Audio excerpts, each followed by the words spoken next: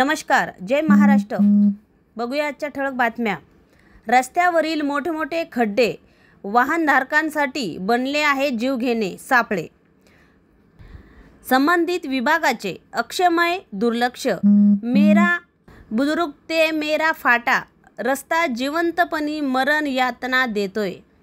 चिखली तालुक्यातील मेरा बुजुर्ग ते मेरा फाटा या अवघ्या 1.5 किलोमीटरच्या रस्त्याची अवस्था इतकी वाईट झाली आहे की त्या रस्त्याने प्रवास करणं म्हणजे जणू जीवाशी खेळणं करणं ठरलंय।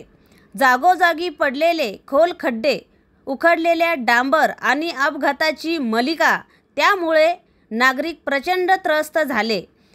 या मार्गावरून रोज शेकडो वाहने चिखली आणि बुलढाण्याकडे जातात।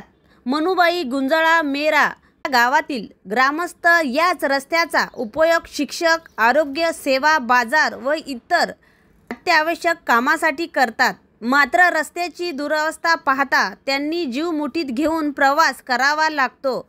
या खरंच रस्त्यामुळे अनेक अपघात झाले असून काही नागरिक गंभीर जखमी झाले आहेत, तर काहींना कायमचे अपंग झाले आहे।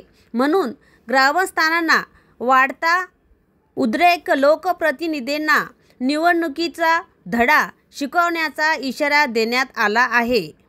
AP न्यूज महाराष्ट्रासाठी आमचे प्रतिनिधी रीता पेंढारकर, चिखली।